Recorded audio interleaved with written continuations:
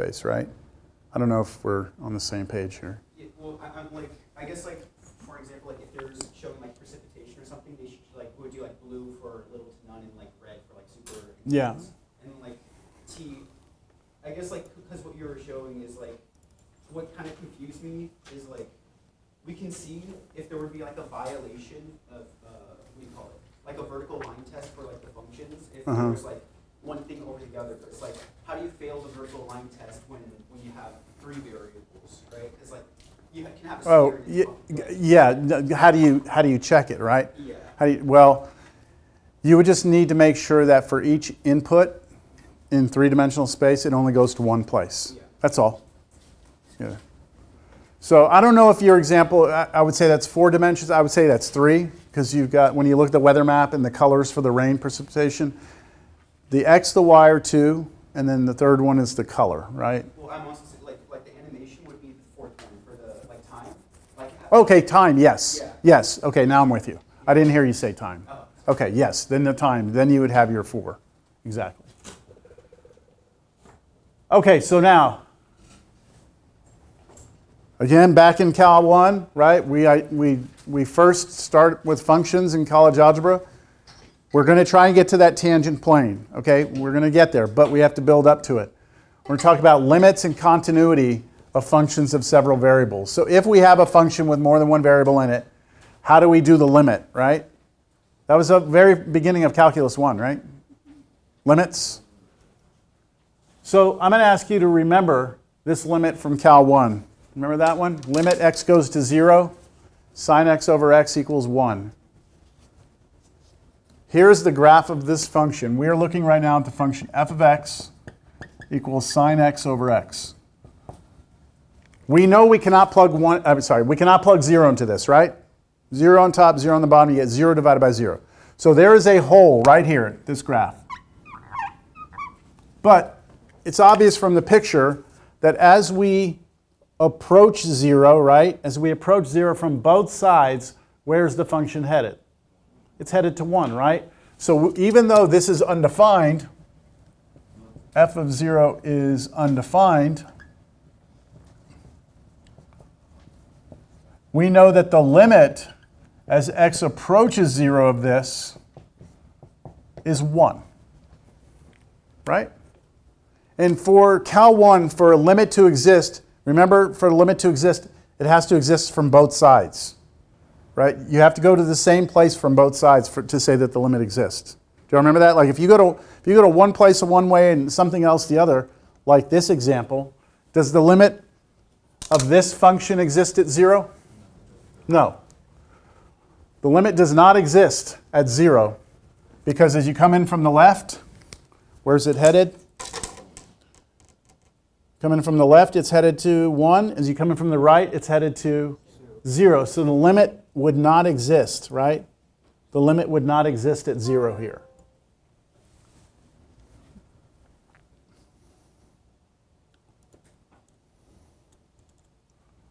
So this is, again, is just saying what I just said. The important thing is that when we are in 2-dimensional space, right, when we're looking at the graph, for the limit to exist, it had to exist from both sides. Here's the definition of the limit of a function of several variables. It's going to look similar, but it's going to look different. And I'm going to write it down separate from this because the way it came out there looks a little weird.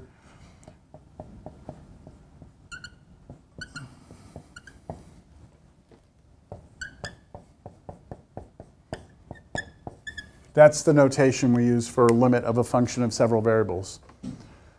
So instead of saying, like we do in Cal 1, instead of saying, hey, take the limit as x approaches a of the function and say that's equal to L, that's Cal 1.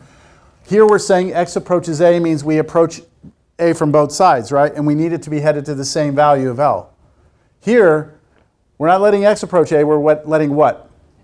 xy, which is a point, right, on the plane. We're letting that point approach what? Some other point on the plane. Yes? And then we need that to be equal to L. Does somebody already see what the issue is going to be? There's a major issue, major problem. Back here, when I say if I say back in Cal 1, here's A, we need to approach A, we need to approach from what? The left and the right. We just check left and right, make sure they're the same. If I gave you a point right here in space on this flat sheet of paper, right? If I gave you a point, call that AB right here in the XY plane, and then I say go ahead and approach it. From where? Where are you going to approach that from? Yeah. Wouldn't it be like there's different definitions of limit? Because like in just on the 2D plane, you know, you can like approach from the left, right, or you approach from both, and then sometimes that it won't have an approach from both. So you can like, there's like different types of limits. Like there can be like a hole where like it's like a kind of like a flat plane, and then it's like if you were like push your finger to infinity, like that would be like the limit to like a plane. But then if it's like a sheet of paper that's like cut in half to infinity, then that would be like a limit, like a two-dimensional limit, I guess. Well, this is our definition for a function of two variables. This is it. That we need that when we approach AB, that we're headed to L. And the problem is, how do you approach AB? Like, how many different ways? Again, if I give you a flat sheet of paper and I draw a point, so I try and illustrate that here. Okay, so we're looking at the domain right now. We're looking at the XY right here. And let's just go with the origin. Let's just try and approach the origin. How many different ways can we approach the origin? Well, I could come in along the x-axis, right? Like this, and approach there. But then I'd have to check the other side too. I'd have to come in this way. Or I could do the y-axis, right? Or I could do... No, we're talking about in the domain. In the domain, we have to approach this. Just like back over here, when we approached A, we're in the domain, we were approaching from the left and right, on this number line. We're trying to approach this point in the domain, which is a flat sheet of paper. So how many ways can we approach it? I mean, I've already given you 4 different ways. How about this? Could I come in at an angle like this, diagonally? Right? Could I come in at an angle like this? Could I do this? Could I like jiggle in like this? I could, right? Could I like do a death spiral into it like this? Right? So how many different ways are there to approach that point? Infinitely many ways. And you have to be able to check every one of them, which is impossible to do. So calculating limits of functions of two variables in general is extremely hard. What's easier to do is show that a limit does not exist. Because like here, to show this limit doesn't exist, from the left and right, they just need to be different, right? So for functions of more than one variable, since it's so hard to show that a limit does exist, we try and show that it doesn't. And we hope that we can show that. Now, there are ways you can do limits with functions of several variables. There are ways, and it requires the squeeze theorem. And we're going to do one example of that. But let's start by doing some examples where we don't know, like we're going to show that the limit doesn't exist as opposed to showing it does. Okay, so let me, this is me just saying that right there. So look, in order to show the limit exists, we got to do it for every path, and that's going to be really hard to do. So here's our first problem. We're going to investigate this limit right here. Can we determine whether or not this limit exists or not?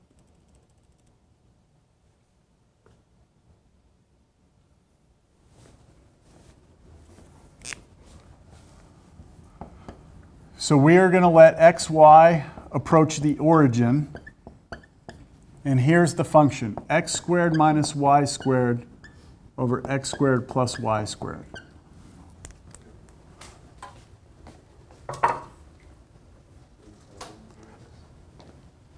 Where do you all want to approach first? Along where? I'm going to get all that out of there. How about we start with, I'm thinking about the domain here, right? Here's the domain. We need to approach this 0, 0, right? How about we approach it along the x-axis first, which would be very similar to like what we do in Cal 1. So I'm going to put here first, Let's go along the x-axis. So if I'm going to be moving along the x-axis to approach this point, I'm going to be coming in from the right and the left, right? No matter where I am, do you all agree that if we're coming in on the x-axis, y is 0? Not approaching 0, y is 0. So on the x-axis, y is 0. Which means I can rewrite this limit as limit, not xy, but what? x0 approaches 0, 0. And then up here I can write x squared minus what?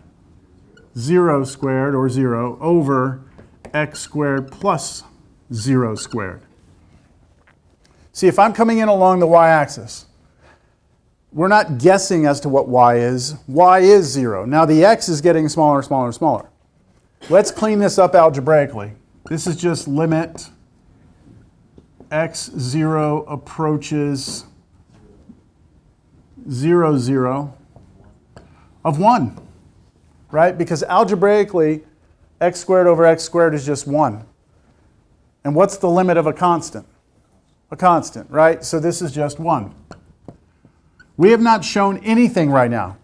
We have not shown that the limit of this function is 1. We have not shown that. What we have said is that if you come in along the x-axis, you're headed to 1, right? From a different path, it might be something different. So let's check a different path. What seems like a natural choice for the next path? Y-axis, okay. Let's do the y-axis. So for the y-axis, now what we're going to do is we're going to be coming in like this, right? So now x has to be 0 here, right? So this means that x is 0. And now we rewrite everything, replacing x with 0, and see what we get. So limit, now we're letting 0y approach 0, 0. We get 0 squared minus y squared over 0 squared plus y squared. But that's just, what did you say? Negative 1. Everyone see that? Algebraically, that becomes negative 1. And what can you tell me now about this limit just overall in general? This limit doesn't exist. Because from two different paths, we got two different answers. Now, what if we would have got the same answer? 1 and 1. We got to check another path. And we got to do it until we get something that is different, right? Let's take a look. I want you all to see this function. I'm going to graph this surface. And when you look at it, you'll see that as we come in along the x-axis, our function heads up to 1. But as we come in along the y-axis, our function heads to negative 1. And you'll be able to see it.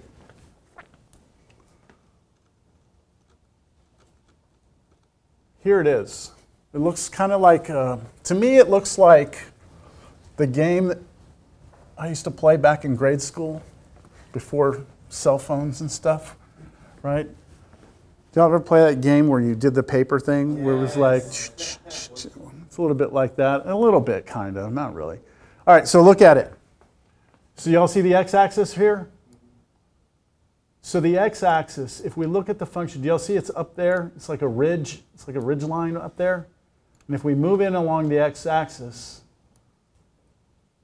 my black dot's moving along the top ridge. Do you see we're up at 1 the whole time? Now, what happens when we actually get to the origin? There's some crazy shit going on at the origin, but I don't care what's happening at 0, 0. What's happening near 0, 0 as we come in. So as we come in this way, we're up at 1. But if we move along the y-axis, now there's the y-axis. See, we're down here in this ridge. We're down at negative 1. As we get closer and closer to 0, 0, we're down at negative 1. All right, that one worked out very clean, very straightforward, yes? So the limit does not exist. Here's your next one.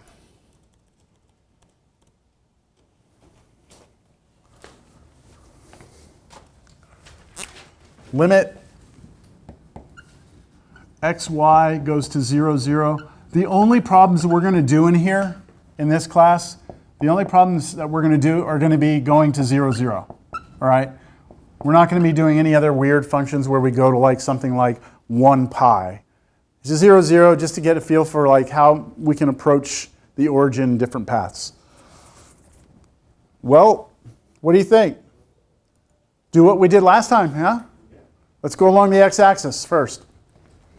We go along the x-axis. What can you tell me about y? Y is 0. Let's rewrite the limit, replacing all of our y's with 0, not close to 0, exactly 0. And we get 0 over x squared. But 0, I mean identically 0, right? That number on top is not close to 0. It is 0. And so this is just 0, isn't it? Before we even do the limit, this is 0, and the limit of a constant is the constant. Okay, so as we approach the origin along the x-axis, we're getting 0. Well, just like we did before, let's try the y-axis. And that means x is 0. Do it real quick. I need some water. I think you can figure out what it is. I'm just going to go fill this up real quick.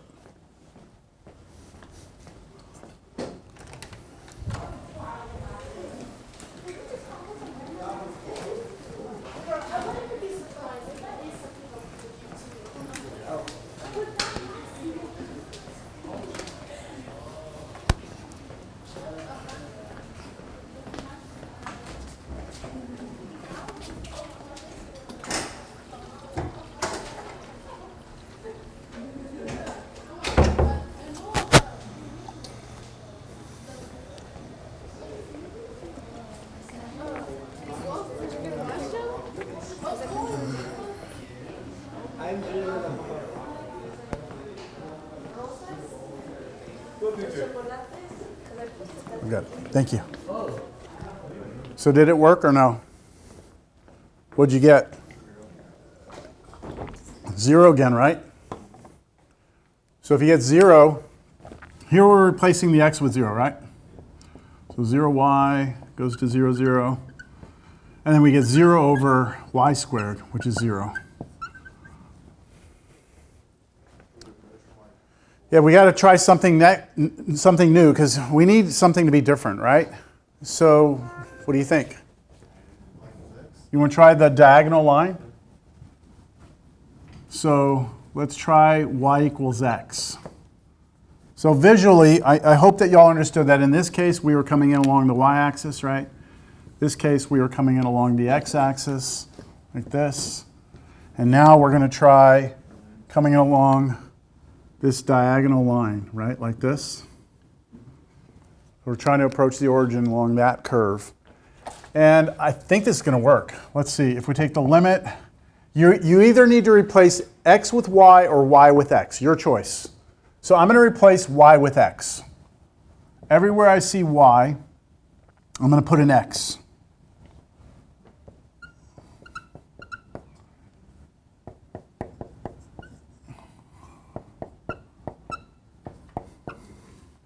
It's x times x over x squared plus x squared.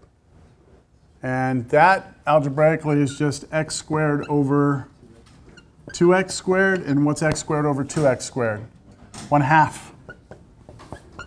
And finally, right, it's different than these. And so you can say the limit does not exist. Yeah? You want to see this one? Well, you don't have a choice, I ask, but you're going to see it. There it is. So as you approach along the x-axis, you should be headed towards 0. So there, the x-axis is right there in the green. You can see that as I come in here, it's approaching 0. Same with the other side. Shit, it's getting all flipped around on me. And then the y-axis, same thing. I'm approaching 0. But then we tried y equals x. And you see that y equals x, we're up here on this top ridge up at 1/2. So the limit doesn't exist.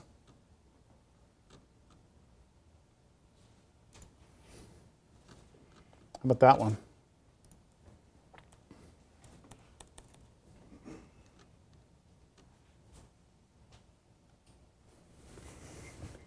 This will be our last one.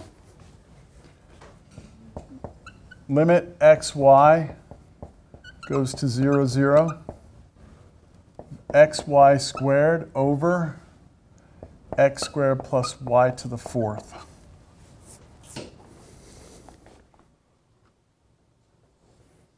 Try the same things we've tried?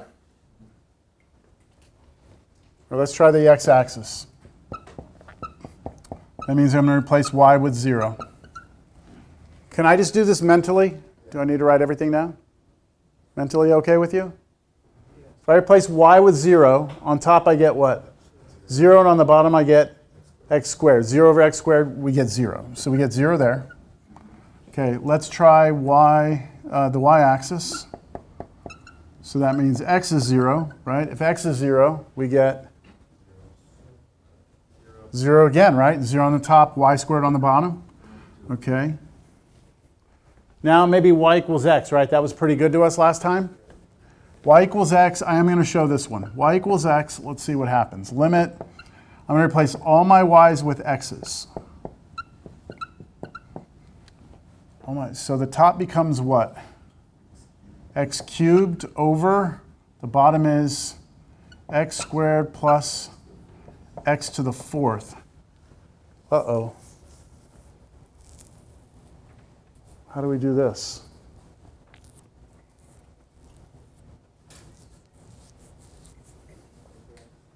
Pull out an x squared on the bottom. Okay, you could factor an x squared out of the bottom. Cancel it on top or whatever, right? Okay, so if I pull out x squared on the bottom, let's just do it right here. X squared comes out, you're left with 1 plus x squared, like that. That's this bottom. And then it cancels on top, and you'll have what on top? X, and on the bottom, 1 plus x squared. Now let x go to 0, right? And what do you get? 0. Okay, that one didn't, well, it worked, right? You got an answer, but it's not different than these. So from the x-axis you get 0, from the y-axis you get 0, from the diagonal you get 0, right? You want to try the negative x, like come in from the other, so instead of that diagonal, try another diagonal? Would it change anything? Yeah, I don't think it would. I promise you it won't. It'll stay. What's that? It'll be the same. If you replace the x's with y's, you'll get the same answer. Yes? I'm rusty when it comes to like limits, but isn't that x over 1 plus x squared, isn't that go to infinity? The numerator goes where? You're letting x go to 0, right? Yeah. Oh, plus 1. Yeah, plus 1. Yeah. That's what keeps it from going crazy. All right. So check this out. I heard y equals negative x. Like, let's try. How about this? Y equals mx. Ooh. What is y equals mx? That's every line through the origin. I'm going to check every line through the origin right now. So I'm going to replace all my y's with mx. So m is going to be the slope of the line, right? So let's try it. If I rewrite this limit, it's going to be limit x mx goes to 0, 0. So I'm replacing y with mx, right? And then on top I have x times mx squared over y squared plus mx to the fourth. Right? See, what I'm trying to do is I'm trying to say, look, I already tried the x-axis, nothing, I got 0. Tried the y-axis, I got 0. I tried the diagonal, I got 0. But now what I'm doing is I'm saying, well, let me try just y equals just some slope times x. Let me try every single possible line that could go through the origin, all those paths. And what I'm hoping is that I can somehow pick an m that's going to make this thing not equal 0. Let's see. Limit x mx goes to 0, 0. All right, algebraically on top, we have m squared x cubed. On the bottom, we have x squared plus m to the fourth, x to the fourth. That's just me doing algebra, right? And can't we do the same thing with the x squares that we just did a second ago? All right, pull out and cancel. We can't do anything with the m's though. So limit x mx goes to 0, 0. On top I'll have m squared x, and on the bottom I will have 1 plus m to the fourth x squared. Right, just pulling x squared out of here and here, pulling it out, canceling it with one of the two of the x's up top. Now let mx go to 0. What do you get? You get 0 again. Right, because 0 kills that. 0, okay. So what does that tell you? Any line, any linear path to the origin won't work. Well, sorry, it works, but it gives you 0, right? So far it's looking like, hey, maybe this limit is 0, right? Because every single path we've chosen so far works. What's that? Y equals x squared, is that what you said? What were you saying? So if like all linear lines give the same Limit. does that not mean that like we found the limit? It seems like if every linear path leading to the origin, gives you a result of 0, it seems like the limit should be 0, right? Right? Yeah. But but I mean, yeah, I'm with you. Like that seems like that should be enough. But for the limit to exist, every path leading to the origin has to be checked. And not every path to the origin is linear. You do cosine x? You could try cosine x. Yeah. Yeah. But I like I heard something squared. Let's go with x equals y squared. Now let's see why. Why am I thinking that? Maybe if x is y squared, what does this become? Y to the fourth? What does that become? Y to the fourth. And now that should be something not 0. Now, I mean, that might take some time to like figure out what to do, but I'm now going to try the path x equals y squared. Let's talk about that path first. It looks like this. It's a parabolic path through the origin, isn't it? I want to take that path into the origin, like this. And what I'm hoping for is I get something other than 0, and it is going to be something other than 0, as we're about to see. So if I take the limit, I'm replacing x with y squared. So I get y squared times y squared over y squared squared plus y to the fourth. That's replacing every x with y squared. This becomes up top, y to the fourth. On the bottom, 2y to the fourth, and algebraically that becomes 1/2. And you know what? That's not 0. And so this limit doesn't exist. You have to check every path to show that a limit exists, which is impossible to do if you're going to try and check paths. There will be a way, I said, with squeeze theorem. We'll do that next class. But let me just show you the picture of this one, because this should look weird, right? Every linear path leading to the origin should give us 0. But this parabolic path won't. And there's what it looks like. And if you don't believe it, I'm going to prove it to you right now with the linear path. So what I'm going to do is I'm going to have the computer draw me a line, an arbitrary line. Where is it? Right here. I'm going to have it draw me that arbitrary line. And you can tell me where you want the line. I can rotate the line around however you want, okay? And then we'll follow that path. So just tell me when to stop. Right there? Okay, stop there. Let me bring the surface out of here. The black that you see there is the path. So you can see coming in this way, it heads to 0. Coming in over here, it heads to 0. Let me change the slope a little bit. Right there. Do you see that? The black is the path along this surface. And as you head to 0, boom, it drops down. Here, heads to 0. Any linear path that you go towards the origin, it heads to 0. You'll see it? But if we do the quadratic path, look at that quadratic path. We stay up on this ridge the whole time. And we never drop down to 0. So the moral of the story is that the limit doesn't exist.